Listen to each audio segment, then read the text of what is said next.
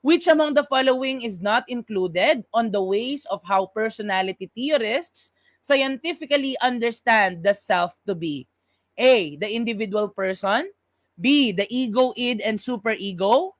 C. The body and soul. Or D. The preconscious, conscious, and subconscious. Our answer for this one is letter C, the body and soul. Titingnan po natin, no? Kapag po ba personality theories, ano po ba yung kaloob doon? Ito po yung psychoanalytic theory, yan, sina Freud, ganyan, socio-psychological, trait theory, self-theory. Ito po yung mga personality theories, madalas sa psychology yan pinag-aaralan, na scientific, no? Scientific yung level nila of thinking o scientific yung process nila of thinking. On the other hand, we will see letter C, the body and the soul. Sabi ni Ma'am kanina, no? Sabi ni Ma'am kanina, this is on the aspect of spirituality.